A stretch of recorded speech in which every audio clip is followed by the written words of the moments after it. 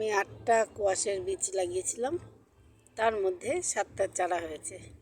তো আমি এখন এখানে 3টে চারা লাগাচ্ছি, কারণ একসঙ্গে তো সব গাছ হবে না একসাথে পাশাপাশি। তো এখানে একটা গাছ লাগানো হয়ে গেছে, এখানে আরও 2টো চারা লাগাবো।